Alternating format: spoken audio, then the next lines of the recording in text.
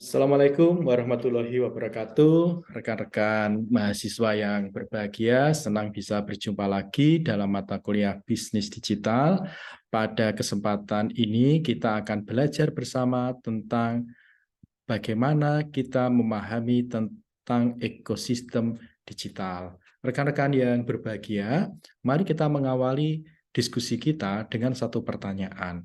Aplikasi apa saja yang ada di gawai teman-teman? Aplikasi apa saja yang ada di gawai teman-teman. Saya yakin ada beragam aplikasi yang ada di gawai atau gadget atau telepon pintar atau telepon genggam dari teman-teman. Banyaknya aplikasi yang ada di perangkat telepon pintar kita menunjukkan bahwa kita benar-benar hidup dalam ekosistem digital. Bahkan kita mengalami ketergantungan teknologi dengan teknologi digital. Misalnya ketika Anda dalam perjalanan, kemudian Anda berada pada wilayah blank spot area yang membuat Anda tidak mendapatkan akses, maka kita akan panik.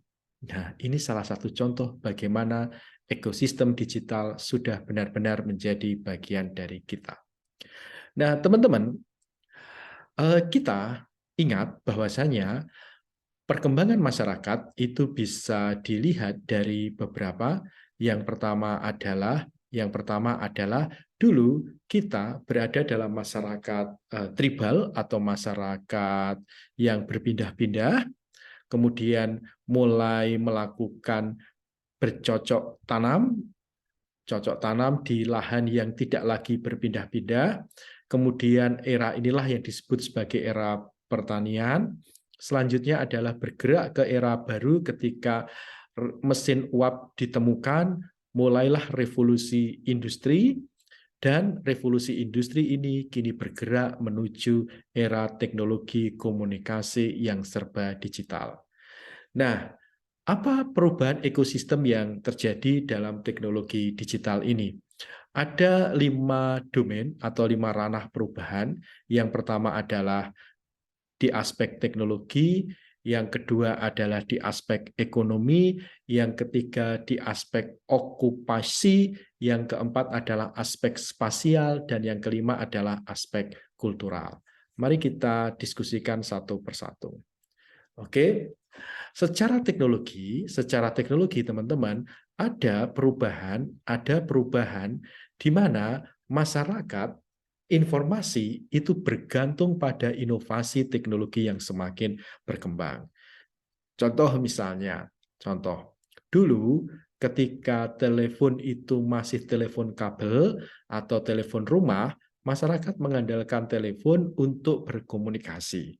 Kini telepon rumah ditinggalkan, inovasi telepon seluler menjadi pilihan yang utama. Contoh yang lain misalnya, dulu sebelum era digital, ketika hari raya Lebaran datang, masyarakat akan mengirimkan kartu pos Lebaran atau kartu Lebaran jika tidak bisa bersilaturahmi secara langsung.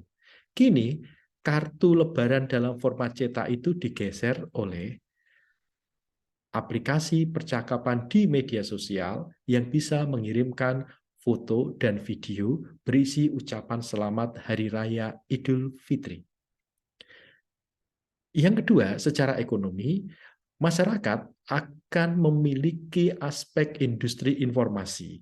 Aspek industri informasi ini terbagi dalam kategori sebagai berikut. Yang pertama adalah pendidikan, yang kedua adalah media komunikasi, yang ketiga adalah mesin informasi, yang keempat adalah pelayanan informasi, dan yang terakhir adalah kegiatan informasi lain seperti riset dan kegiatan sosial.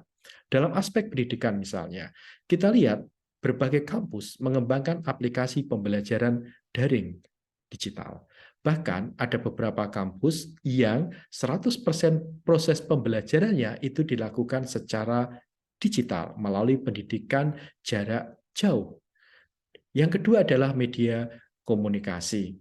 Media komunikasi semakin bergerak menuju aspek digital. Aplikasi percakapan seperti WhatsApp, Telegram kini menjadi pilihan. Kita ingat dulu misalnya sebelum WhatsApp populer ada BlackBerry Messenger yang sempat menjadi booming. Namun karena BlackBerry Messenger BBM tidak melakukan inovasi, maka kemudian mereka tersisihkan oleh teknologi yang lain. Telepon seluler. Dulu telepon seluler tidak lagi belum touchscreen. Sekarang telepon seluler touchscreen. Oke, ini memperlihatkan media komunikasi yang berubah. Media informasi atau mesin informasi yang selalu bergerak. Era sekarang bahkan era artificial intelligence. Dulu di tahun 90-an sampai tahun 2000-an, mesin informasi yang populer adalah Yahoo, disusul Alta Vista. Tapi karena keduanya tidak melakukan inovasi yang cukup proper, maka mereka tergeser oleh Google. Makanya inovasi itu menjadi penting di era digital. Pelayanan informasi.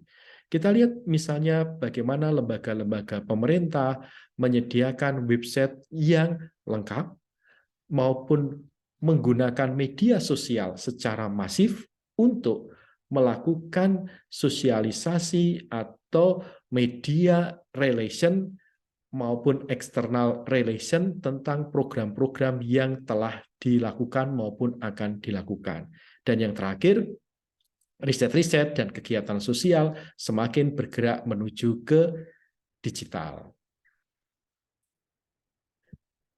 Nah, teman-teman, perubahan yang lain adalah di bidang pekerjaan. Di bidang pekerjaan, ada beberapa pekerjaan yang dulu dilakukan oleh manusia, kini sudah berganti dilakukan oleh mesin, oleh teknologi. Ambil contoh misalnya, ambil contoh. Dulu, sebelum era digital masif seperti ini, masuk ke pintu tol itu harus membayar dengan uang cash. Maka di setiap gate pintu masuk tol selalu ada petugas di setiap jalurnya.